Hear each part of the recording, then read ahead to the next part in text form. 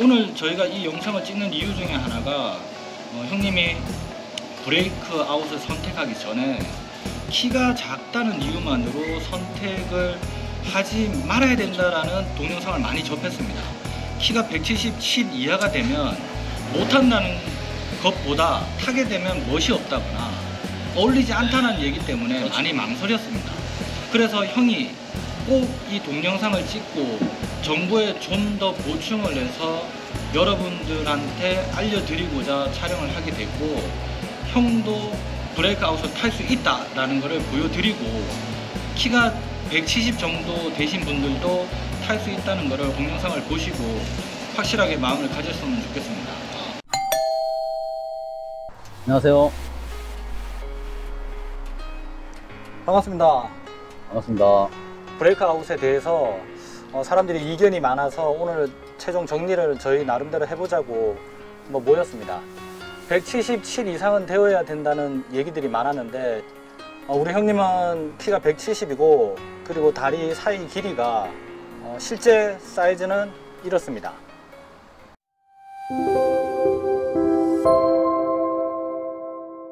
지금 현재 순정 상태에서 다리 길이를 한번 보겠습니다. 한번 앉아봐 주시겠습니까? 네.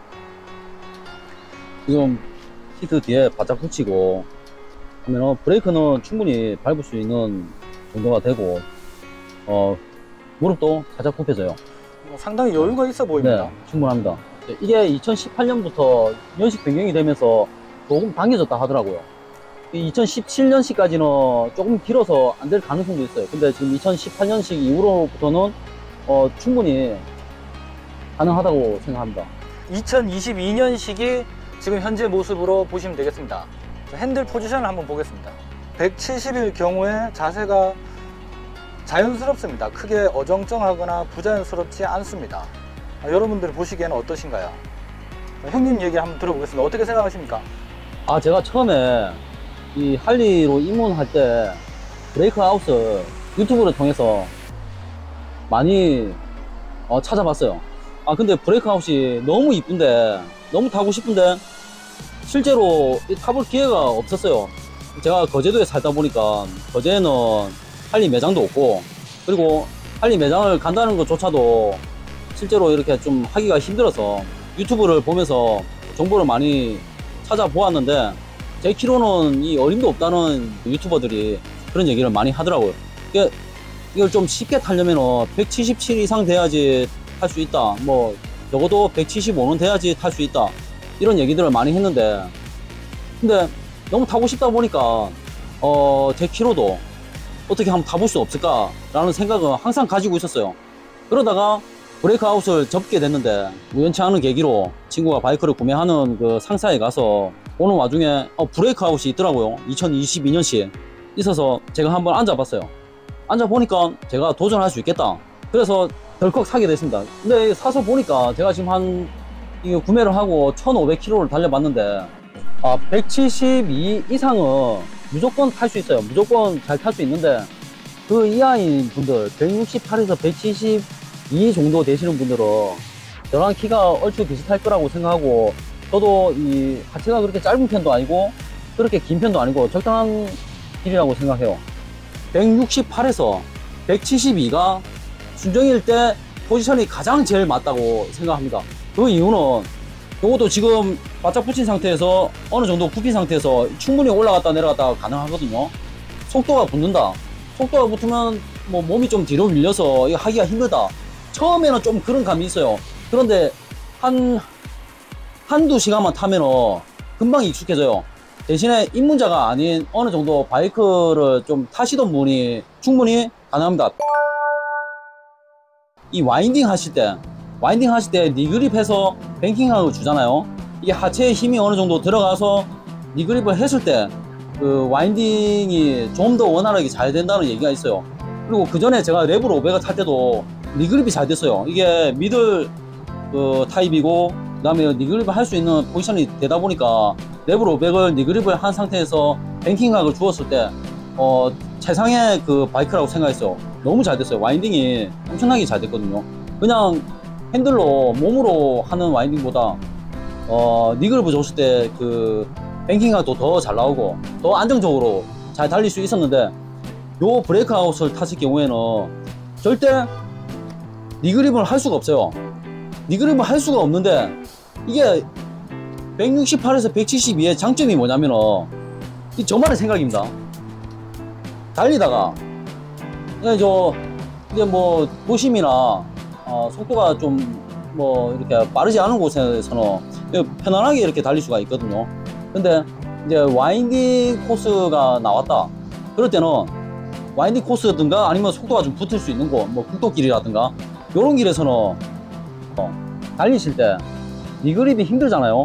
여기는 니그립이 힘들기 때문에 힘을 바짝 주게 되면 다리가 펴져요. 이게 진짜 중요해요. 다리가 펴지면서 뒤에 엉덩이에 완전히 밀착을 하게 되거든요. 완전히 밀착을 하게 되면 이게 니그립 효과가 있어요. 발판에 힘이 실리거든요. 하체에 힘이 딱 실리면서 카운터 스티어링을 줬을 때 정말 이게 니그립의 효과를 볼 수 있다고 생각해요. 요거는 이제 뭐 저만의 어찌 보면 아주 작은 노하우라고 생각할 수 있는데 이게 힘이 이게 키가 크신 분들은 이게 안 되잖아요. 다리에 힘을 주려 하면은 다리가 펴져야 되는데 다리가 펴지지 않고 아니, 다리가 펴지게 되면 올라타게 되잖아요. 이게 근데 168에서 172 정도 되시는 분은 다리에 힘을 주고 무릎을 피게 되면 여기 완전히 안착이 돼요. 그렇다고 해서 기아 변속을 못 한다는 거 아니에요. 딱 정확하게 다리가 펴져서 니그립 효과를 가질 수가 있어요. 저 나름대로 정말 잘 어울리고 정말 이 바이크하고 한 몸이 되는 그런 느낌을 가지게 됐어요. 오히려 키가 많이 커서 니그립이 가능하다면은 당연히 그게 좋은 거고. 그렇죠. 키가 크신 요거 자체는 니그립은 안 돼요. 그래요? 니그립은 안 되지만 여기 절대 붙일 수가 없어요. 절대 붙일 수는 없는데 니그립이라기보다는 하체에 힘을 실을 수 있다는 거죠. 어차피 하체. 키가 아무리 커도 니그립이 안 되는 구조다. 키가 커도 니그립 안 돼요. 에어필터에 부딪혀갖고 니그립은 안 됩니다. 다리에 힘을 줄 수가 없어요. 네. 근데 저 같은 키를 가지고 계신 분들은 오히려 이 브레이크 아웃을 타시면서 좀 더 멋진 포지션으로 좀 더 안정적인 포지션으로 와인딩을 즐길 수 있을 거라고 저는 믿어 의심치 않습니다. 그러면 정리를 하자면 170 전후로 운전을 하게 되면 다리를 쫙 뻗을 수 있다. 그렇죠. 그래서 더 안전하다. 그거 느껴진다. 네, 제가 느끼기에는 그렇게 느꼈어요. 무슨 말씀인지 알겠습니다. 네. 그 자세가 됐을 때 어떤 느낌인지 대충 짐작이 옵니다. 물론 키가 더 크시다면 더 편하겠죠. 그건 자, 한번 보여드리겠습니다. 이거 잠시 한번 보시죠. 평소 때 타고 가실 때는 이 자리에서 이렇게 타고 가면 됩니다. 이렇게 타고 가면 되는데 이제 속도가 좀 붙는다든가 와인딩 코스가 나왔다. 쫙 이렇게 돼요. 딱 이렇게 되고 이거 충분히 바뀌거든요. 아주 안정적이에요. 뒤에 받쳐주고 다리 펼치고 하체 힘이 들어갑니다. 이 양쪽으로 하체 힘을 주면서 와인딩을 하시면은 좀 더 안정적으로 할 수 있어요. 알겠습니다. 네, 무슨 장담합니다. 말씀인지 충분히 이해가 됐습니다. 그래서 키가 170 전후로 되시는 분들도 절대 포기하지 마시고 브레이크아웃에 도전하실 수 있다는 얘기를 몇 번 강조해 주셨습니다. 그리고 절대적인 부분은 저희는 팩트만 말씀드립니다. 지금 순정 상태일 경우입니다. 순정 상태의 핸들이 아닌 경우와 휠, 브레이크와 기어 시프트를 바꿨을 때는 지금의 상황과 달라질 수 있기 때문에 순정의 상황인 것을 인지를 해주셨으면 좋겠습니다. 마지막으로 한마디를 해주신다면. 일단 키가 작으신 분들이 부하를 타기 위해서 여러 매체를 통해서 찾아보시는 분들이 있을 거라고 생각합니다. 저 같은 사람이 꼭 있을 거라고 생각해요. 그분들을 위해서 말씀을 드리자 하면은 한번 도전해 보세요. 충분히 탈 수 있습니다. 자리해 주셔서 감사합니다. 감사합니다. 다음에 또 뵙겠습니다.